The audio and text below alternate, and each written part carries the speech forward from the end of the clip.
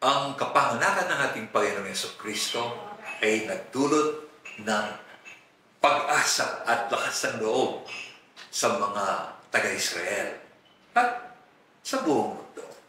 Tama-tama po ito sapagkat na pagtanto na ng mga kababayan ng ating Panginoon na kasama-sama nila ang Panginoong Jesucristo.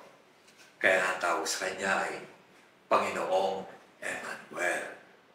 Itong pag-asa, itong lakas ng loob, tama-tama po ang napili nating tema at paksa ng ating kapanahunan, lalo-lalo na po sa 2025. Be strong, be courageous. Sapagkat pati po sa ating kapanahunan ay laganap pa rin ang hirap, ang gutom, ang kawalang bahay, ang kawalang pag-asa.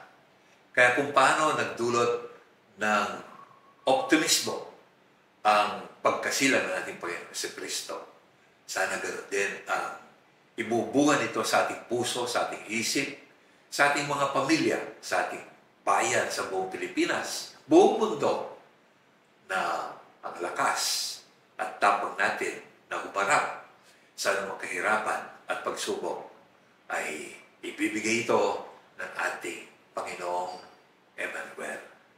Kaya po, gusto ko rin batiin mga kasama, kapamilya, kapuso sa Light Microfinance Incorporated Board of Trustees, mga staff, mga partner clients, lahat po kayo.